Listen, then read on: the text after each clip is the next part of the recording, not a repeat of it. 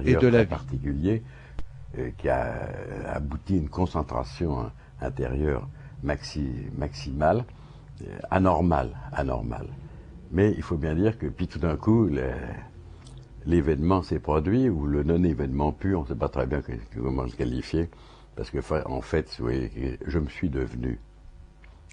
Alors, c'est vrai, quand un être se devient, quand le rouge devient rouge, le bleu devient bleu, franchement, la teneur événementielle de la chose est très mince. Il ne se passe strictement rien. Et en même temps, l'événement est colossal, et l'explosion simultanée de 1000 galaxies serait peu de choses par rapport à cet événement. Donc, mieux vaut par prudence de ne pas aborder la chose sous l'angle de l'événement, parce qu'on va bafouiller. Alors, ça s'est passé, oui, j'avais 16 ans, donc je vivais avec mes parents. J'étais un petit adolescent tout à fait normal. Du moins, je l'estimais que j'étais un petit adolescent tout à fait normal. J'étais plein de contrariétés parce que je n'arrivais pas à tomber toutes les jeunes filles. J'étais d'une grande timidité, je n'arrivais pas à les embrasser. Je ne saisissais pas jamais le bon moment pour passer à l'acte. J'étais incapable de passer à l'acte. À l'époque, il y avait une jeune fille ravissante qui s'appelait Vera. Je jouais au tennis avec elle au Racing Club. J'étais perdument amoureux. Et j'ai bien senti que j'ai laissé passer les moments face. Il y avait des occasions extraordinaires. Mais je n'en ai pas profité. Et donc, j'ai été violemment contrarié. Et puis, j'avais des tas de complexes aussi. J'étais un petit adolescent normal. Je rougissais volontiers. J'hésitais entre l'ostentation et le rougissement. Je passais de l'un à l'autre. Enfin, j'étais un petit con, comme tout à fait charmant, en fait, et humain. Hein. Et puis, mais j'avais mes singularités, c'est-à-dire je me posais des questions que tout le monde, tous les gosses se posent des questions. Mais moi, je me posais des questions depuis toujours avec une violence énorme. Et des questions telles que qu'est-ce que penser, qu'est-ce que le temps, qu'est-ce que l'espace, qu'est-ce que moi, Et la réponse, évidemment, la bonne réponse, c'est Bibi. Mais le mot ne m'était pas venu à l'esprit. Qu'est-ce que moi? Je me souviens une fois, c'est quelques semaines avant cette espèce d'éveil subite, il s'agit bien de ça. Hein. J'ai découvert ce terme 20 ans ou 25 ans après, avant que l'éveil subite se mette en place. Donc, 15 jours ou 3 semaines avant, je me souviens, je me posais la question, qu'est-ce que moi? C'est une bonne question.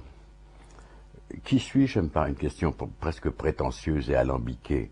Qu'est-ce que moi? C'est vraiment simple. Hein. Et je me suis posé cette question avec une grande intensité. J'étais devant l'énorme piano à queue et rare dans le salon de mes parents. C'était un très grand salon, très bourgeois, mais je viens d'une famille de saltimbanques. Ils sont toujours arrivés à convaincre tout le monde qu'ils appartenaient au gratin de la bourgeoisie. Mais en fait, c'est des saltimbanques. Donc je suis très fier que ce soit des saltimbanques parce que les bourgeois, je n'aime pas tellement ça.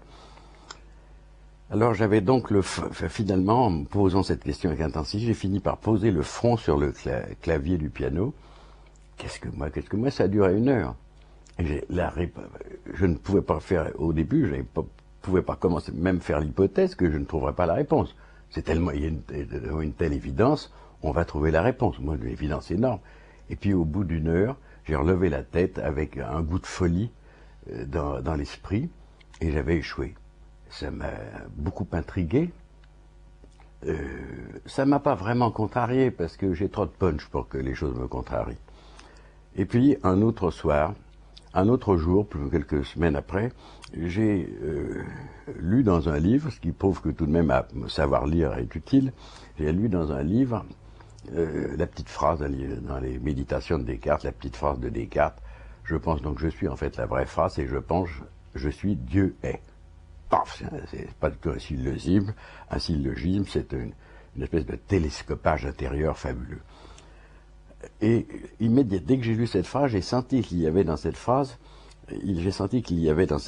un secret fabuleux qui me concernait plus que toute chose au monde. En fait, c'est le secret de ce que j'étais. Un secret fabuleux. Et puis, intuitivement, j'ai perçu ce secret, puis ça a disparu. Et puis, 2 ou 3 soirs après, je me dis, ça y est, je me suis rien dit du tout d'ailleurs, je l'ai fait. Hein.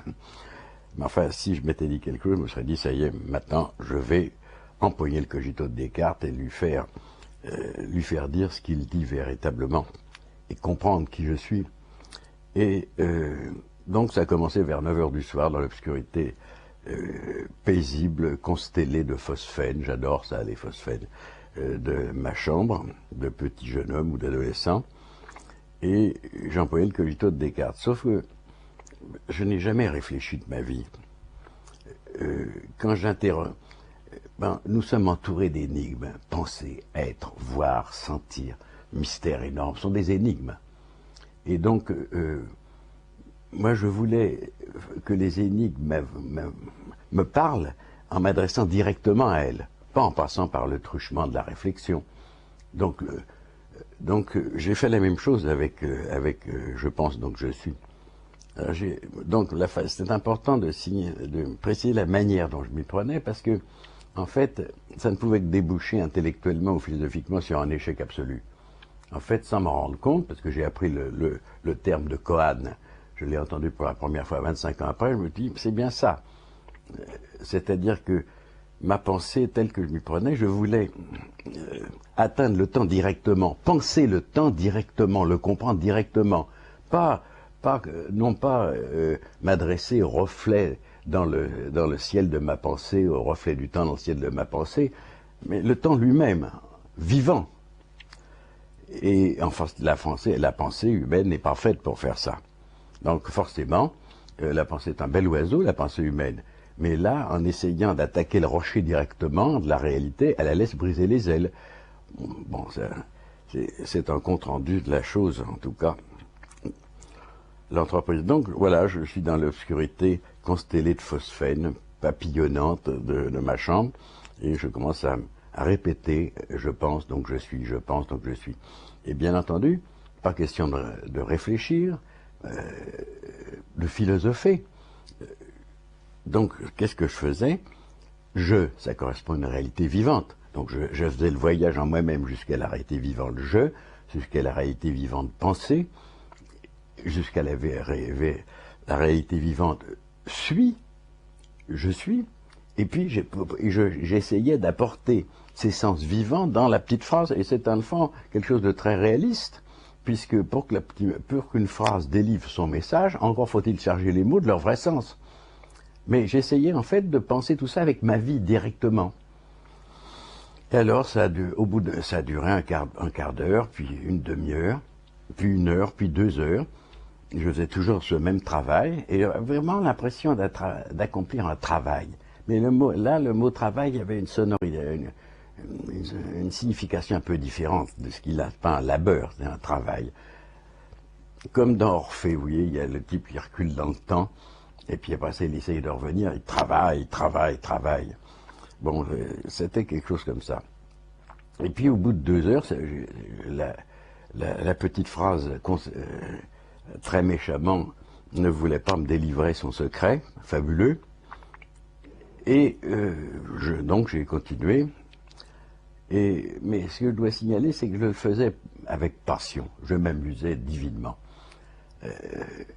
Et je n'ai jamais agi dans ma vie que de cette manière-là. Je n'agis jamais par devoir, ni en fonction d'un décret de ma raison, j'en ai absolument rien à foutre. Je fais les choses parce que j'aime les faire, hein, c'est ça. Alors au bout de 2 heures, j'étais forcément très fatigué intérieurement. Très fatigué. Je me suis dit, Steve, tu n'as plus aucune espèce de chance de percer.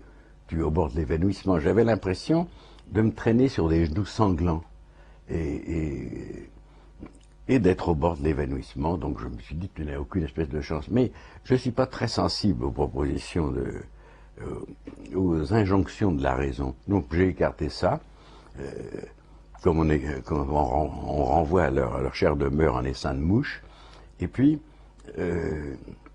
j'ai continué la recherche, bien heureusement, en m'amusant prodigieusement. Aujourd'hui, mes petits-enfants m'ont appris une expression je n'aime pas beaucoup, prendre son pied. C'est un peu 68 ans, prendre son pied. Enfin, disons, je prenais mon pied.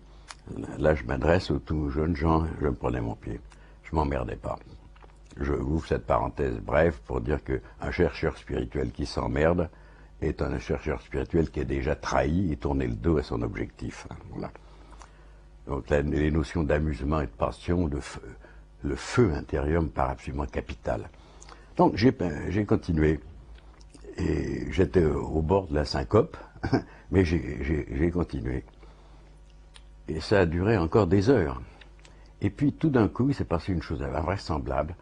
Il y a un événement qui s'est mis en place avec une soudaineté telle que je ne trouve pas d'autre moyen de la caractériser que de lui accoler l'épithète surnaturelle, avec une soudaineté surnaturelle. En fait, tout s'est passé comme si, à mon insu, sans m'en rendre compte, sans avoir la moindre conscience, j'avais défoncé le fond de mon intériorité pensante, comme on défoncerait une grande feuille de papier journal, hein, qui n'est pas très aimable pour l'intériorité pensante, parce que je dis là, on compare une vieille feuille de papier journal. Je l'ai défoncé à reculons, et je me suis retrouvé dans une dimension, d'une profondeur de moi-même dont je n'avais absolument aucune notion, qui était la véritable dimension, ma véritable dimension, la véritable dimension de l'être, et je me suis retrouvé, sans la moindre transition, et donc sans même la sensation d'une rupture, je me suis retrouvé veillant d'une veille sans limite, et qui était cette veille? La question se pose, c'était ce que je suis, c'était moi. Et qui mettait en œuvre cette veille? C'était moi aussi. C'était une chose, en fait, indescriptible, parce que il s'agissait bien d'un verbe, là, et ce verbe se conjuguait lui-même à l'infini. Et en fait, c'était un fabuleux éclair de conscience, un éclair d'une conscience, un éclair de conscience sans durée, sans commencement ni fin, mais une conscience infinie. Quand je dis infinie, j'emploie le mot dans son sens strict. Il y avait un infini et patent d'active conscience, c'est ce que j'étais. Et je savais faire le geste, c'était un acte, c'est pas quelque chose, pas une lumière qui tombait d'un plafonnier quelconque que j'aurais subi passivement, c'était moi, l'initiateur de l'acte par lequel, qui mettait en place cette conscience infinie. Et ça a été un tournant décisif, parce qu'en fait, je suis né à ce moment-là. Je suis né, et maintenant ça fait quelque chose comme 50 ou 60 ans que ça dure, et je n'ai jamais perdu le truc, car c'est un truc, j'ai compris. Quand on apprend à monter à bicyclette, on dit jamais j'y arriverai, hein. On voit ces adultes circuler majestueusement sur leur bicyclette, et puis on se casse la gueule 3 ou 4 fois, puis tout est comme merde, ça y est, je me passe de mes stabilisateurs. Alors, c'est un truc, eh bien, très étrangement, c'est la chose dont je parle, que j'appelle éveil, en essayant d'éviter d'employer le terme l'éveil, et d'en faire un substantif, parce que là, ça commence à émettre une odeur suspecte, un parfum suspect. En fait, c'est un truc. Et maintenant, je ne suis pas, une cinquantaine d'années ou une soixantaine d'années que je suis entièrement focalisé sur ce truc. C'est moi, c'est ce que je suis. Mais il faut dire que j'ai absolument pas l'impression d'être un trou noir, lui, tout à fait. J'ai l'impression d'être un type tout à fait normal. Et je suis resté tout à fait normal. Je m'intéresse, j'ai les mêmes intérêts que tout le monde, les mêmes passions. Simplement, au centre, il y a tout de même quelque chose que les gens ignorent souverainement, qui n'existe pas en eux. Et je suis une espèce de trou noir. Mais vous savez, un trou noir, quand il se regarde lui-même, il se trouve tout à fait normal. Ce n'est que s'il essayait de sortir de lui-même et de s'observer de l'extérieur, là, il dit, putain, nom de Dieu, quelle étrange chose, hein. Alors, je vais me résoudre à nommer cette chose qui a surgi en moi avec cette soudaineté absolue. Je vais tout de même me résoudre à l'appeler l'éveil, il faut bien la nommer. Mais bien sûr, en apportant cette précision, que je n'emploie le terme d'éveil que parce que dans l'éveil, il y a la notion de vigilance. Et ce que j'ai atteint est une vigilance infinie, conscience infinie, vigilance infinie. Et je prends l'occasion je saisis l'occasion de dire que accéder à cette vigilance infinie, à cette conscience infinie, c'est accéder au bien suprême. Alors c'est un terme un peu emphatique et prétentieux, mais c'est bien ça. Et c'est accéder à l'ultime réalité de soi-même et de toute chose. Donc c'est pas vraiment rien, c'est pas mince. Et ce qui est inouï, c'est qu'en fait, un homme, un esprit auquel une pareille chose arrive, il sait tout. Il sait tout. Je sais tout. Je suis. C'est tout de même le je suis oriental. Et je sais, c'est une même chose. Peut-être que je sais, c'est plus important que je suis. Ceci étant dit, c'est vrai que intuitivement, je sais tout, mais quid de mon savoir humain, du savoir de mon intelligence d'homme? Eh bien, je ne suis pas à la hauteur du tout. Donc je suis dans une situation très étrange, parce que je suis comme un type qui est dans une pièce avec Dieu, et Dieu lui fait toutes ses confidences, et tout ça est absolument transparent, et en fait, il sait tout. Et puis une autre partie de lui-même, c'est la partie humaine, le type ou celui qu'on nomme le type ou la nana, qui fait son marché, qui va faire ses courses, il est dans une autre pièce, l'oreille collée contre la cloison, et il essaye de comprendre ce que Dieu lui dit dans la pièce principale. Et il capte des bribes de discours, mais pas tout. Et donc, après ça, tout le travail, depuis 50 ans, la situation n'a pas changé, j'ai toujours l'oreille collée à la cloison, sauf qu'au bout de 50 ans, je suis tout de même arrivé à comprendre un petit peu ce que Dieu racontait, ce que je me racontais à moi-même dans une autre dimension de moi-même. Donc c'est pour ça, c'est un point très important, c'est une chose est cette nouvelle, fabuleuse, l'accession à au tréfonds du tréfonds de soi-même et toute chose. Toute autre chose est d'en rendre compte. Quand on rendre compte, ça veut dire c'est que cette nouvelle prodigieuse, certains éléments de cette nouvelle, certaines informations passent spontanément jusqu'à l'intelligence d'un homme, mais elles sont partielles, fragmentaires, et et si on les exprime telles quelles, elles vont nécessairement prêter le flanc à l'interprétation. Donc, le plus sage dans ces cas-là, c'est de fermer sa gueule. C'est d'ailleurs ce que je conseille généralement aux gens qui viennent me voir, parce que comme ils sont tous atteints de grouillite aiguë, ils veulent absolument chercher l'estrade immédiatement et à se mettre à témoigner. Moi, je n'ai jamais cherché l'estrade, et je n'ai aucune espèce d'envie de témoigner, soyons francs. Le mot lui-même devient très prétentieux aussi.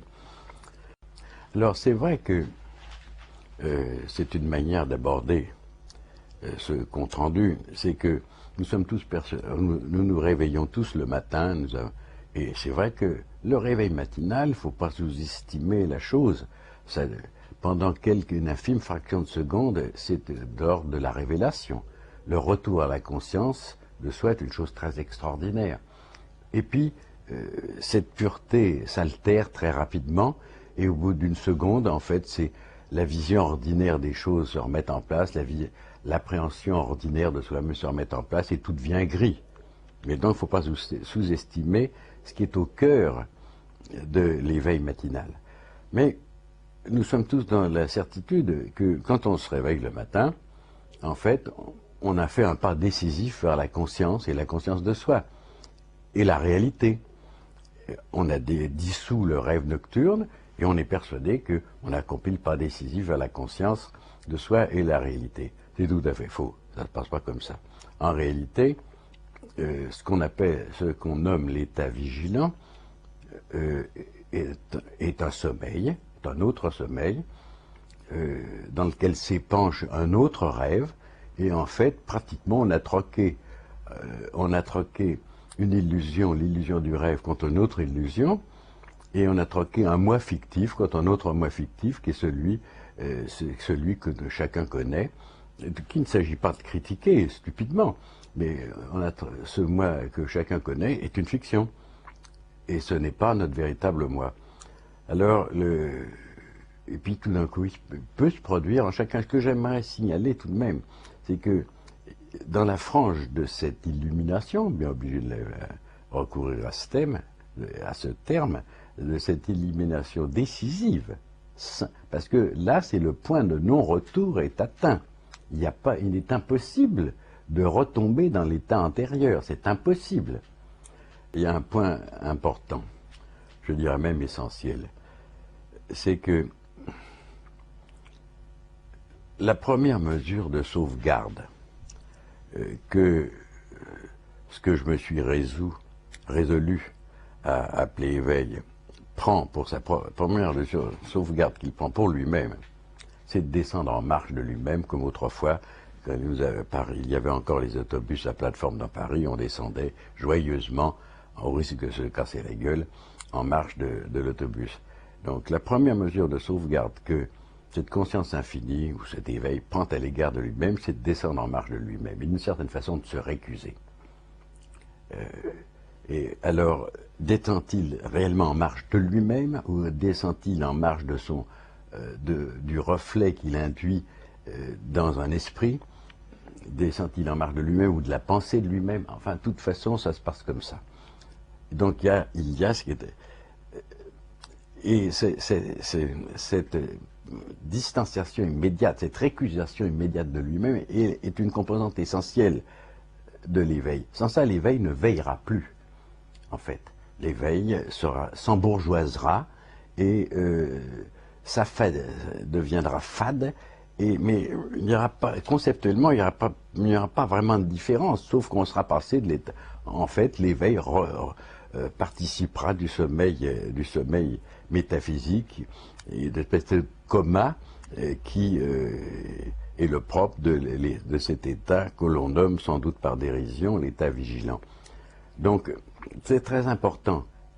Mais après ça, j'ai lu des textes très de longtemps après, 30 ans après, des gens m'ont apporté des textes orientaux. Et alors, notamment Bernard Faure, qui est un des grands spécialistes du bouddhisme, qui est professeur à l'université de Stanford, qui a écrit un livre sur le bouddhisme, une histoire du bouddhisme très remarquable, qu'au bout de 2 ou 3 ans, j'ai fini par lire, que je ne lis plus depuis 50 ans. Et alors, à ma stupeur, dans ce livre, le seul auteur cité, dans le chapitre Éveil subite, c'est moi, c'est Bibi. Il me cite par des passages entiers, très extraordinaires, ça m'a fait très plaisir. Enfin, au début, j'ai ouvert le livre, j'ai vu que j'étais dedans, j'étais content, j'ai téléphoné à Bernard Faure, maintenant je l'ai rencontré plusieurs fois, même aux États-Unis. Et puis, il y a quelques jours, je me suis dit, il faudrait que je lise un petit peu ça. Je me suis forcé à le lire. C'est un livre très éblouissant, très remarquable. Et le passage, les quelques lignes qui précèdent c'est la citation dont je parlais. C'est des citations extraites d'un petit livre que j'ai écrit qui s'appelait Éveil. C'est peut-être que j'ai écrit de plus propre, plus net et de plus propre. Tout petit livre minuscule, mais c'est ciselé, précis, ciselé et poétique, ce qui est important. Il fait pas chier, beaucoup ça. Hein. C'est un bon vecteur et de la bonne nouvelle. Parce que bonne nouvelle, c'est une bonne nouvelle. Parce qu'en fait, où est la bonne nouvelle? Je lui dis, moi je te l'ai dit aussi. Hein. Tu cherches de l'or partout, éperdument. Nous cherchons tous de l'or partout, éperdument. Alors que nous sommes assis, nous avons les fesses posées sur l'unique baril d'or de tous les univers. Donc il vaudrait mieux faire cette découverte. Donc ce dont je parle, en fait, c'est l'unique baril d'or de tous les univers.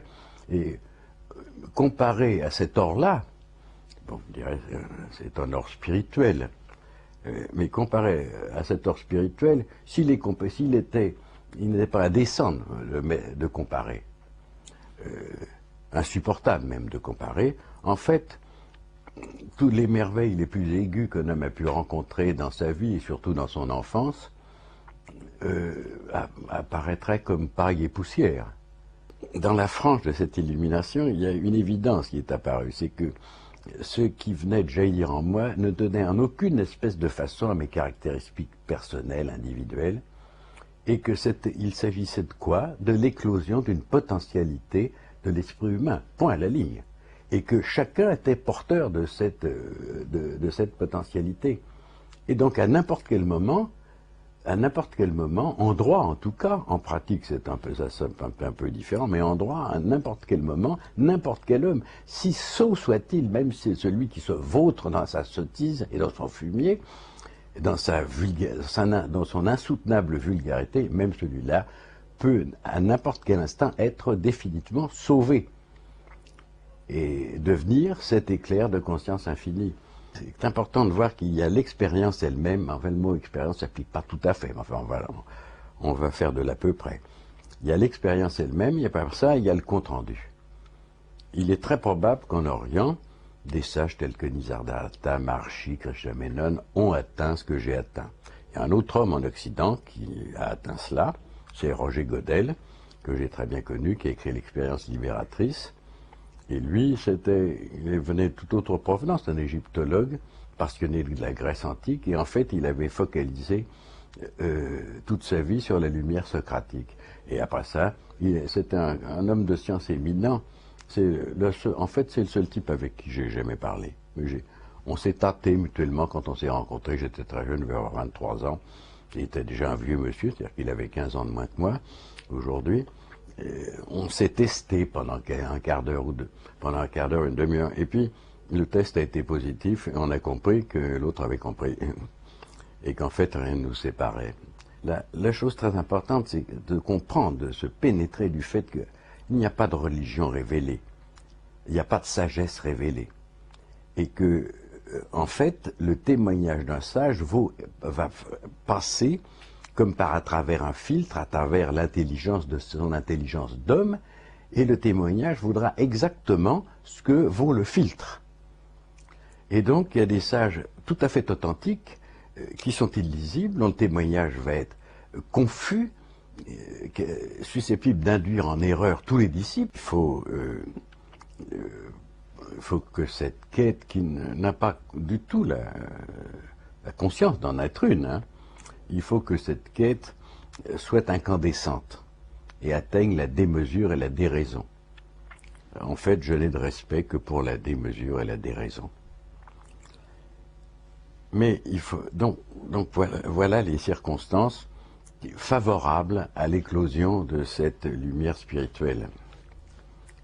Mais l'erreur serait de considérer que ce travail, ces conditions que l'on peut parfaitement définir et qui doivent se répéter à travers l'histoire, sont la cause du surgissement de l'éveil.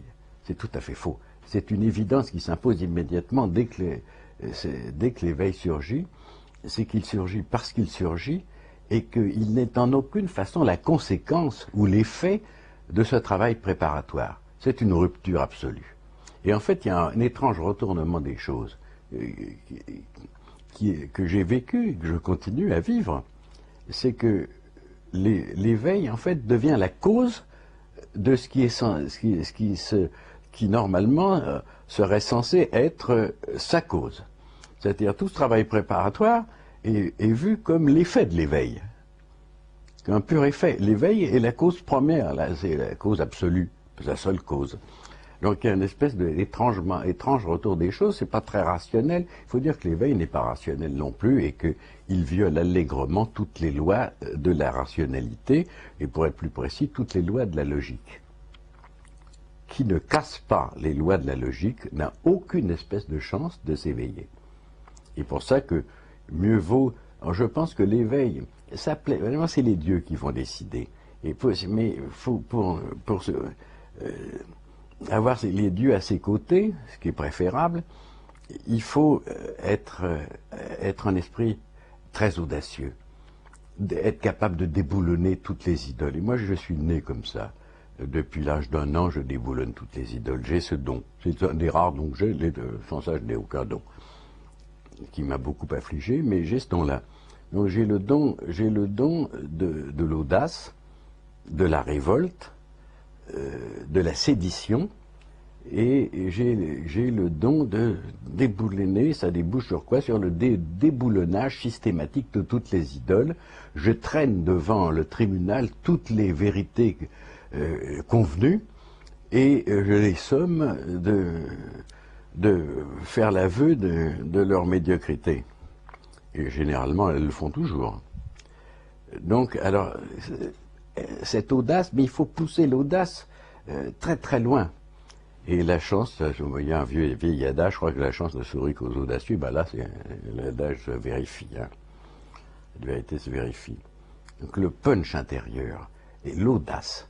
Bon, j'étais un tout petit jeune homme, et avant cela j'étais un enfant, bien entendu. J'ai toujours eu cette... C'est la seule qualité que je puisse revendiquer. Je suis gonflé. Je vais employer un mot un peu cru. Spirituellement, j'ai des couilles. Et je me bats. Et il n'est d'idole, si sacré soit-elle, que je ne sois prête immédiatement à déboulonner. Et même si Dieu m'apparaissait, je le traîne devant le tribunal et je le somme de m'avouer, de me faire l'aveu de sa nullité première et de sa médiocrité. Voilà.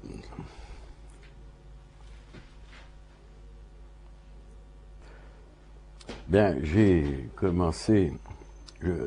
pendant une dizaine d'années, l'idée ne m'a même pas traversé d'exprimer cela. Car en vérité, la seule relation qu'on puisse avoir avec cette chose sublime, avec ce bien suprême, c'est un peu fade comme terminologie, c'est de l'être. On ne peut pas en parler, on ne peut pas l'évoquer, on ne peut pas l'aimer non plus, parce que pour une raison très simple, c'est ni un objet de pensée, ni un objet d'amour, c'est pas un objet du tout. C'est un sujet pur. Et donc, la tentation d'en parler a commencé à m'effleurer, me caresser de son aile suspecte, une dizaine d'années plus tard. Donc, aucune espèce d'obligation à écrire. D'ailleurs, j'en prends cette occasion pour dire qu'il n'y a aucune espèce d'obligation de témoigner, d'écrire, et que, à mes yeux, cette activité littéraire, descriptive, n'a pas une once de valeur relativement à l'essentiel, qui est cette vigilance infinie, cet éveil, une once de valeur de plus que d'autres comportements tout à fait triviaux, peigner la girafe, se taper un demi à la terrasse d'un café. Donc je ne considère pas du tout que cette passion qui m'anime et qui m'a amené à écrire une quantité de livres assez redoutables est une noblesse particulière. Et en fait, ceux dont je suis porteur s'en foutent totalement. Totalement. Je peigne les girafes, je me tape un demi, je courtise une dame, j'adore mes enfants, je joue au golf. Vous voyez, j'ai une singularité, je joue au golf. Mais ça, c'est pas par pur snobisme, c'est parce que ma mère était américaine, donc elle m'a mis au golf à 4 ans. Bon, tout ça, et toutes ces activités plaisent à l'éveil exactement au même titre que ces tentatives de compte rendu. Mais là, en tant que diseur de l'éveil, je ne me méprise pas, mais je ne suis pas supérieur. Je ne me sens nullement supérieur au type qui balaye le trottoir dans la rue, hein, c'est ça. Donc j'en ai absolument rien à foutre. En tout cas, je ne suis pas chargé de mission. Je n'ai aucune mission. Voilà. Ça, c'est un point capital. Que je vois cette erreur commise partout. Les gens croient que l'éveil est une cause qu'ils doivent défendre. L'éveil n'est pas une cause. Moi, je n'ai rien contre ceux qui, autrefois, faisaient de la préservation de l'espèce chevaline une cause, noble cause. J'ai rien contre les causes, la cause écologique. Pourquoi pas? Mais l'éveil n'est simplement pas une cause. Et je n'ai pas donc à défendre cette cause. Et une fois de plus, la seule relation que je puisse nouer, la seule relation que quiconque nouera jamais avec l'éveil, c'est de l'être. Il n'y a pas d'autre relation. Alors après ça, je peux bien feindre, c'est ce que je fais d'ailleurs, quand j'écris mes livres, feindre, d'en parler. Mais je fais semblant d'en parler, je ne fais que feindre d'en parler. Nul jamais ne parlera de cette chose-là. Nul d'ailleurs n'en a jamais parlé. Et alors il y a des vieux mythes sympathiques. Et en tant que mythe, on ne peut pas faire les critiques d'un mythe, mais ça devient tout rapidement une position philosophique. Alors là, on peut lui adresser une critique. Il y a un vieux mythe selon lequel, oui, selon lequel il est impératif de témoigner. Ben, c'est une aberration. Le type qui témoigne, bon, il ne se déshonore pas. Je n'ai pas l'impression de m'être déshonoré, mais si j'avais fermé ma gueule depuis ce que j'ai fait pendant une trentaine d'années, tout de même, j'ai apporté à mon crédit, si j'avais fermé ma gueule depuis que ça m'est arrivé, ça ne changerait absolument rien. Écrire était pour moi une chose très très difficile. J'ai passé une quinzaine d'années à m'apprendre à écrire. Les premiers résultats étaient désastreux, me faisaient rougir la nuit, et ça a duré pendant une quinzaine d'années. Et c'est par volonté pure que je suis arrivé, parce que je n'avais aucune base. J'ai été 3 ou 4 ans à l'école dans ma vie. Donc, par volonté pure, je suis arrivé tout d'un coup à pouvoir écrire. Et les premiers textes à peu près satisfaisants, que j'ai écrits, c'était des textes très courts. Je croyais, moi j'adorais Henri Miller, et mon rêve c'était littérairement de produire des torrents de prose dans le style de Miller, mais manifestement ça ne correspondait pas à mon tempérament d'écrivain, et je me suis mis à écrire des tout petits textes qui semblaient très spontanés, en fait extraordinairement travaillés. Mais j'avais tout de même un acquis décisif en matière de littérature, c'est que je savais me servir du point-virgule. Et je voudrais aussi saisir l'occasion de rendre hommage au point-virgule, qui est l'art suprême, qui me paraît une des composantes majeures de l'art suprême d'écrire. Point-virgule, c'est un être, c'est un dieu. C'est un dieu. Donc un jour, j'écrivais ces petits textes, et puis je les ai envoyés à la Nouvelle Revue Française. Et à ma stupeur, ça a été publié par la Nouvelle Revue Française, et j'ai reçu une lettre de Jean Paulhan. Et puis, donc j'ai publié toutes sortes de textes à la Nouvelle Revue Française, ça remonte à 62, dans ces eaux-là, à peu près à cette époque-là. Et puis, un jour, Jean Paulhan, que je connaissais désormais très bien, m'a convoqué à la NRF, un de ces mercredis ineffables de la NRF qui était enfin franchement intolérable. Il y avait une affectation totale chez tout le monde. C'était une atmosphère affectée, prétentieuse, effroyable. Délétère. Hein. Donc j'ai pas de bons souvenirs des mercredis de la NRF. Pourtant que ça a été des mercredis, mais je crois que c'était des mercredis. Et là, j'ai rencontré Dominique Auré aussi, qui était une grande amie. C'est elle qui j'aimais pas mon nom. Jourdain, ça me plaisait pas. Alors, comme j'ai un arrière-grand-père célèbre qui s'appelait Franck Jourdain, je préfère m'appeler Franck Jourdain. Et elle m'a dit, non, pas de Franck Jourdain. Stéphane Jourdain, c'est très bien. Bon, pour essayer de me convaincre, mais il y a Stephen le héros, hein, livre célèbre, bon.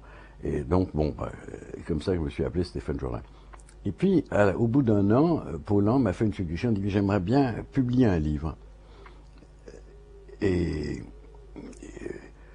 ces courts textes que j'écrivais, moi je suis bon pour les flashs. Comme écrivain, il y a des écrivains de livres, de romans, puis il y a des écrivains de textes. Moi, je suis un écrivain de texte, et en fait, au bout de 20 pages, je deviens très mauvais. C'est le maximum. Je suis meilleur sur 5 lignes. Hein. Alors, il m'a fait cette proposition qui m'a paru une chose inouïe. J'ai dit, putain, je vais être publié par la NRF. C'était un miracle pour moi. Mais je savais très bien que l'éveil n'en a absolument rien à foutre. Mais l'éveil n'est pas... L'éveil ne doit pas être opposé à la vie, hein, à la vie dans ce qu'elle a de plus trivial. Il y a une continuité directe entre la vie entre l'éveil lui-même et l'homme en train d'ouvrir François et de prendre son pied à la lecture d'articles minables. C'est adorable. L'éveil adore la médiocrité terrestre, les petites choses. La seule chose qu'il déteste, c'est les choses monumentales. En fait, le meilleur de mes interlocuteurs, je l'ai rencontré il y a bien longtemps, c'était le mur au-dessus de ma cheminée. Et pendant une trentaine d'années, je me suis adressé au mur au-dessus de ma cheminée, et il ne me contrariait jamais, il écoutait très bien. Et après ça, évidemment, j'ai guère rencontré de gens qui soient à la hauteur du mur au-dessus de ma cheminée. Ben ça, on dit ça pour se mettre en forme. Bon. Alors, j'improvise, hein, je vais me poser une question. Quel est l'ennemi? Quel est l'ennemi de la poésie pure? Quel est l'ennemi de l'intelligence pure? Quel est l'ennemi de ce bien suprême qu'est la conscience pure? Cet ennemi porte un nom qui est fort connu, c'est la sottise. C'est la sottise humaine. On peut préciser que pour se poser la question, qu'est-ce que la sottise humaine? C'est la pensée, les facilités de pensée, les facilités d'expression. Ce sont les clichés, les poncifs, les stéréotypes. Et quand bien même ces abjections viendraient de la plus haute antiquité, ces vieilles lunes viendraient-elles de la haute antiquité, notre premier de tous nos devoirs est de les foutre à la poubelle. Donc, pas de clichés, pas de poncifs, la révolte. Et moi, j'appartiens à une famille, c'est la seule vertu que je reconnaisse vraiment à ma famille, une famille d'artistes. Je suis la 6e ou 16e génération, et j'ai été élevé dans l'amour de la finesse, de la rigueur, de la passion, du feu, et dans le mépris de la facilité de penser, dans le mépris des modes intellectuels de tout ordre, dans le mépris du cliché. Et ce qui m'attriste, ça ne m'attriste pas, ça me hérisse, c'est de voir des auteurs qui ont tout à fait honorables enfiler des généralités, de pieuses généralités dans leurs ouvrages. Je suis atterré par ça. Et je sais tout de suite qu'il s'agit en réalité de faux éveillés. Car jamais un éveillé peut bafouiller.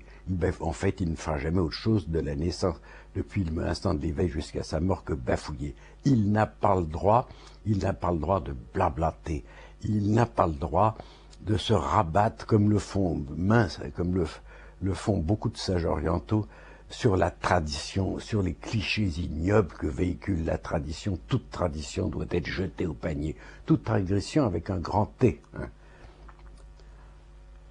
En fait, cette chose de laquelle j'essaie de parler depuis maintenant une 50aine d'années, sans me faire d'illusions sur mes chances de réussite, cette chose est au-delà de toute vérité. Elle fait fondre toute vérité, si importante soit-elle, s'agirait-il même de la pertinence philosophique ultime. Elle fait fondre toute vérité comme cire au soleil. Elle a ce pouvoir. Et lorsque la vérité meurt, enfin, consent à mourir, à fondre, à avouer son néant, la vraie réalité déferle. L'évidence déferle et elle est acceptée. Et alors, ce qui est tout à fait extraordinaire, c'est que